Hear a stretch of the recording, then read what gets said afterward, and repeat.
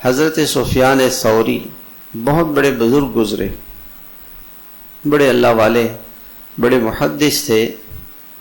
تو ایک مرتبہ انہوں نے کوئی بات کہی جو بادشاہ کے خلاف تھی، بادشاہ کو ناپسند تھی وہ بات۔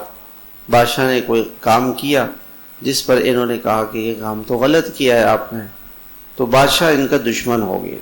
تو یہ بیت اللہ میں بیٹھے ہوئے تھے، کسی نے ان سے کہا کہ بادشاہ نے آپ کے لیے، بادشاہ خود آ رہا ہے حرم میں، اور اس نے آپ کے لیے سولی، پھانسی دینے کا تختہ حکم جاری کیا کہ فلاں جگہ پہ ان کے لیے پھانسی کا تختہ لگا دو، اور میں وہاں آ کے خود اپنے آنکھوں کے سامنے ان کو پھانسی دوں۔ تو بیت اللہ کے پاس بیٹھے ہوئے تھے، اٹھ کے بیت اللہ کے پردے کو پکڑا اور کہا یا اللہ یہ بادشاہ یہاں نہ آنے پائے، یہ نہیں آیا، یہ نہیں۔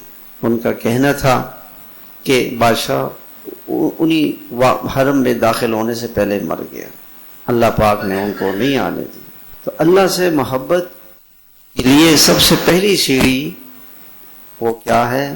اللہ کے نبی کی غلامی، اللہ کے نبی کی اتباع۔ آج ہر آدمی پریشان ہے کہ جی میرے پاس پیسہ نہیں ہے، مال نہیں ہے، چیزیں نہیں ہیں، مال نہیں ہے، چیزیں نہیں ہیں، پیسہ نہیں ہے۔ میرے محترم بھائیوں، اس پہ فکر ہونی چاہیے کہ میری زندگی میں حضور پاک علیہ الصلوۃ والسلام کی کتنی سنتیں ہیں، کتنی نہیں ہیں، یہ سوچنا چاہیے۔